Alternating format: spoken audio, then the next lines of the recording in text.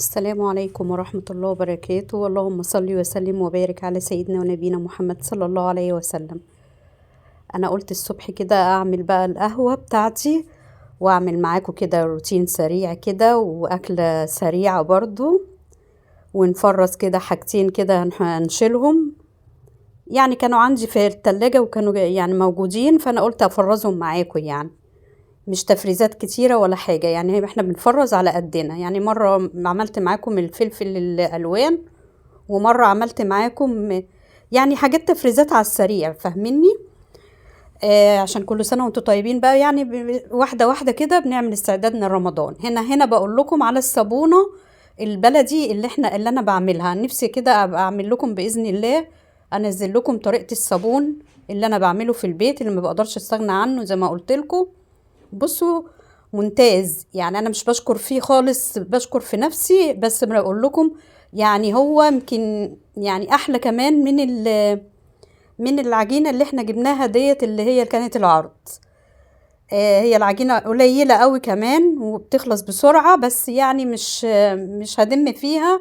هي بتخلي الغسيل زي الفل وحلوة قوي قوي. يعني لو انتي ما بتعمليش صابون او مالكيش في الصابون انك انت بتعمليه في البيت وكده، ممكن تشتري العرض دوت. حلو جدا وممتاز يعني، يعني هتدعي لاي حد هيقولك عليه يعني. بس كده حبايبي، انا هنا كنت بغسل بقى الايه بالستانلستين، بغسل اللي هي بتاعه الشاي والسكر. فغسلتها بيها كده، طلعت زي الفل كده جميله. فانا دوت من ضمن الحاجات يعني. هجيب بقى فوطه كده وانشفها كويس جدا. هنشفها حلو قوي، وهحط بقى السكر والبن في العلبة بتاعة البن. ما عملتش بتاعة الشاي، انا عملت بتاعة السكر وبتاعة البن بس. وطبعا مش هنرمي خالص خالص الكيس بتاع البن دوت، هنستغله برضو. هقول لكم دلوقتي هنستغله ازاي. يعني حاجات كده هتعمليها وانتي واقفة كده على طول.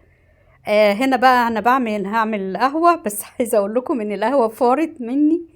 ميجراش اي حاجة خالص طول ما انتي ايديكي شغالة كده، الحمد لله. اللهم لك الحمد ولك الشكر يا رب، اللهم دمها نعمة. طبعا زي ما انتوا شفتوا كده فارت. وكمان الكيس بتاع البن انا حطيته كده، لبسته في بتاعة الزيت، اللي هي الازازة بتاعة الزيت. وهنا بقى انا بعمل بصوا، كنت الاول بغسله واحط عليه ميه سخنه وليمون والكلام ده كله. فلقيت ان لا، الفايده بتاعته كلها بتبقى في القلقاس. انا بجيب قلقاسيه بس على فكره. يعني انا لو حتى في كذا تفريز، بجيب قلقاسيه وبحطها، وببقى عارفه مثلا ان كل الكيس ده هو اللي تبع يعني. بعملها واحد يعني، فاهميني؟ بحيث ان انا لما اطلع الرقاس واعمله، يبقى السوا بتاعه واحد، بيبقى فيه ذكر وفيه نتاية. فطبعا ايه، بيبقى السوا بتاعه بيبقى واحد كده. فطبعا بنتي هي اللي كانت جايبالي الخضار، فهي جايبالي واحدة بقى بالطريقة دي. ده عايزة اقول لكم الفلفل والحاجات بقاله دلوقتي يمكن 3 ايام ولا 4 ايام في التلاجة. بس انا كنت مستعجلة بصراحة، وحطيت فيه المناديل كده. ممتاز، حلو جدا وكل حاجة. بس طبعا البتنجال عشان انا ما كنتش حاطه فيه مناديل، ابتدى ان هو كان يدبل شويه. فهعمل معاكم ايه بقى، مش هعمل مسقعه ولا حاجه. انا هعمل كده طريقه حلوه كده بالبتنجال، وكمان جنبيها بطاطس محمره زي ما انتوا شفتوا كده في الصوره يعني. وكمان هعمل البتنجال بالطول كده. ده فيها هحمره، وفي اللي انا هقطعه مربعات كده، هوريهولكوا دلوقتي. اهو ده اللي انا بقطعه مربعات. ده بقى بتبقى تحفة. يعني الطريقة بتاعت البتنجال ديت بتعمليها كده، وبتعملي لها التومة والدقة بتاعتها يعني. بتبقى تحفة جميلة جدا جدا، بتحطيها مع الفطار مع اي اكلة تعمليها. احنا النهاردة طبعا هنعمل الأكلة اللي هي طبعا أكلاتنا الشعبية. احنا في آخر الشهر، فايه، في أواخر الشهر يعني. فاضل كم، فاضل ايه، 9 أيام على الشهر، ولا فاضل 9 أيام 8 أيام. فبيبقى أواخر الشهر ده بقى لازم ايه، انك انتي تدبري نفسك وترتبي نفسك كده. انك تاكلي الحاجات اللي هي اللي على القد. آه بصوا بقى، بتقطعيه كده. انا غسلته كويس جدا وقشرته زي ما انت شفتي ونشفته حلو وقطعته كده. لا هحطه في ميه تاني ولا ميه بليمون ولا الكلام ده كله، انا هشيله في الاكياس على طول. وهعمل معاكم دلوقتي بتاعه اللي هي السلق بتاعه والخضره. هعملها معاكم وهحطها، هحط الكيس كل واحده هحط لها الكيس بتاعها.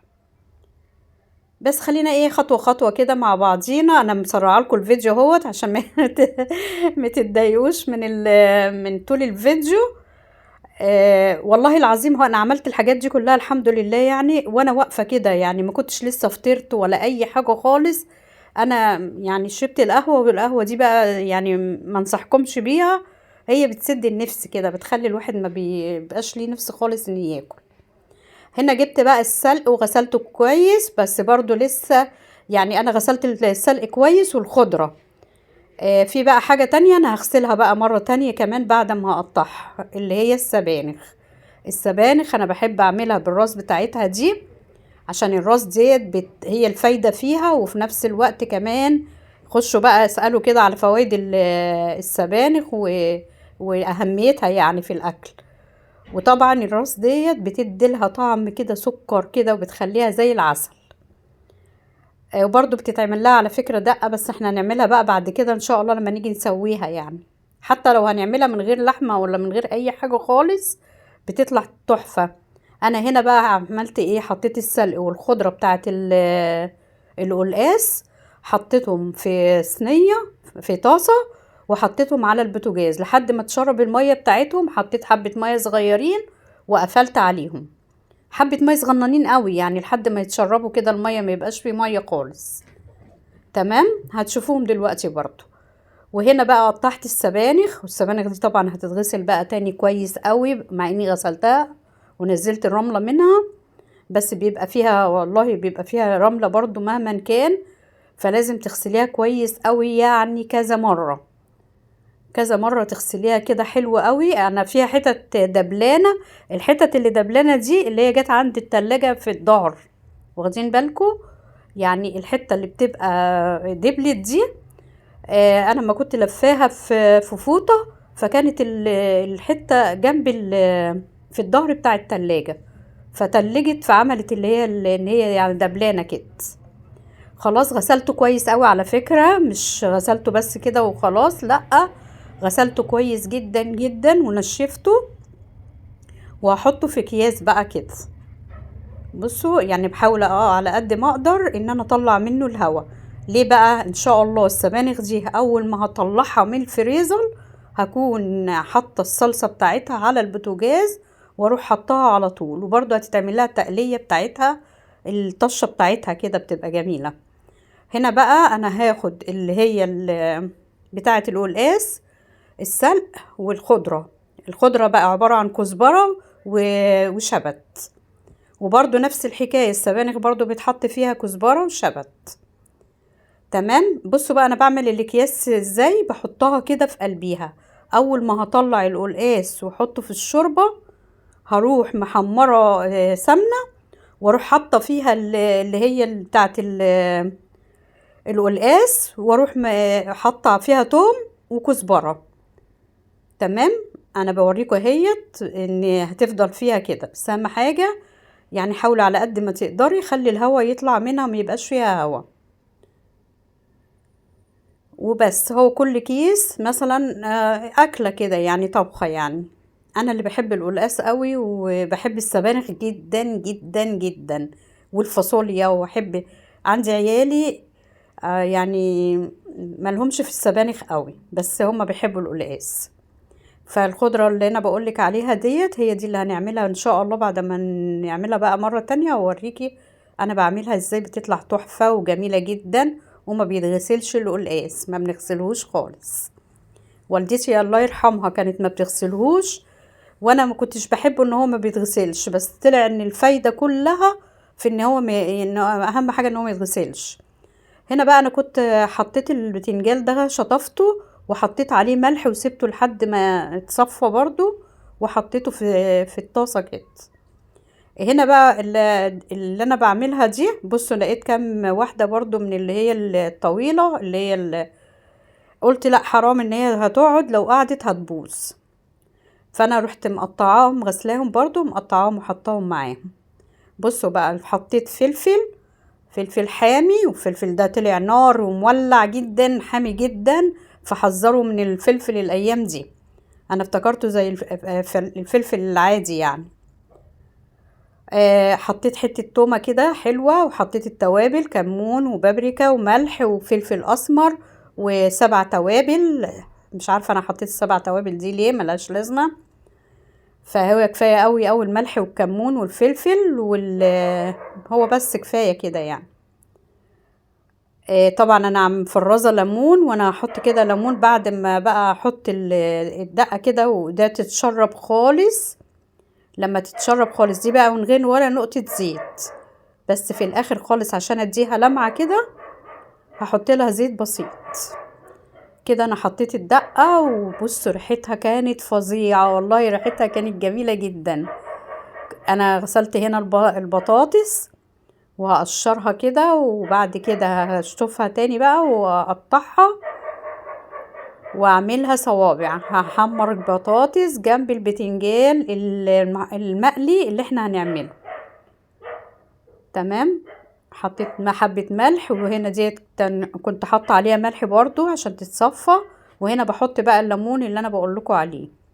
عايزين تحطوا خل براحتكم، بس انا لقيت ان الليمون احلى من الخل. وهنا بقى بديها لمعة كده بالزيت بس، مش اكتر من كده. عايزة بقى تشيلي دي تحتفظي بيها وتحطيها في اكياس وتشيليها طلعي على القد، بصي ممتاز، حلوة جدا. هنا بقى احط الزيت عشان احمر البطاطس، وحطيت مية المكرونة في الناحية التانية.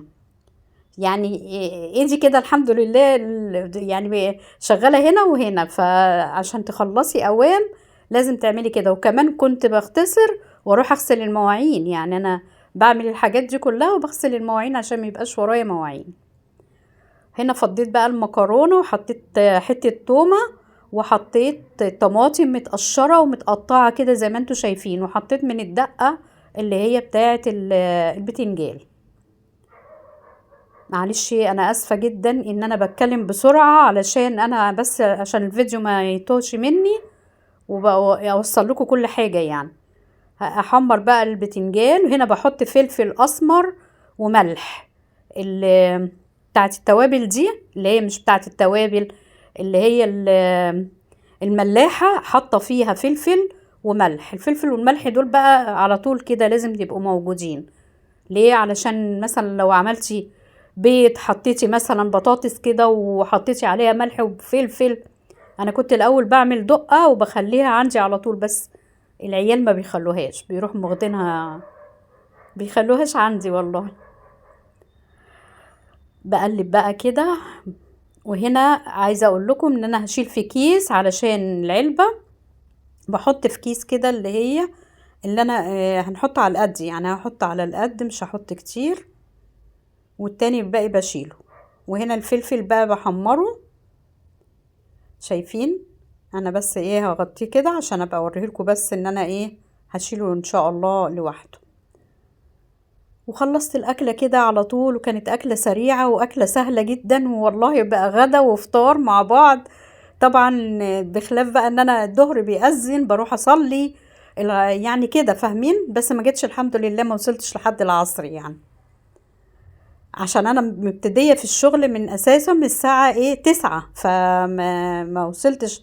انا يا دوبك وصلت لحد الظهر، ورحت صليت الظهر وخلاص، وابتديت ان انا اتغدى وافطر. وعملت خلاص كده، والله الكاميرا ظلمه خالص، اللون بتاعه تحفه وجميله جدا، والمكرونه تحفه. وبألف هنا وشفا لكل اللي يجربها، ويا رب الفيديو بتاعي يعجبكم. وانا بختصر كده بس علشان ما طولش عليكم ويبقى روتين واكله والكلام ده كله، لا انا حاجه كده، مش عايزين نستعجل يعني. بس عايزه اقول لكم دي لوحدها تحفه، ولا لحمه ولا اي حاجه، حاجة كده ممتازة. والسلام عليكم ورحمة الله وبركاته. استنوني بقى ان شاء الله وقولوا لي بقى في التعليقات ايه رأيكم في الأكلة دي. هي جميلة جدا بس هي سخنة جدا. فهناكل بقى وبألف هنا وشفا، والسلام عليكم ورحمة الله وبركاته.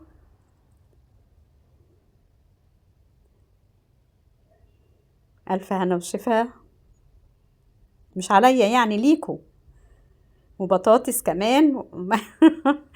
مع ألف سلامة وفي رعاية الله، ومستنياكم، مستنية لايكاتكم وتعليقاتكم الجميلة. وزي ما بقول لكم دي احنا ممكن نحتفظ بيها ونشيلها، مش عايزة تحطيها سخنة في العلبة. انا حطيتها في كيس علشان الكيس دوت اللي هو بتاع الاكل يعني، مش مضر ولا حاجة. احتفظ بيها بقى كده، وبعدين اطلع منها على القد كده ونحط مع الفطار مع الغدا مع اي اكلة كده. انا عماله اقول لكم ان فعلا تحفه الاكل، وبالف هنا والشفا. السلام عليكم ورحمه الله وبركاته، في رعايه الله يا حبايبي.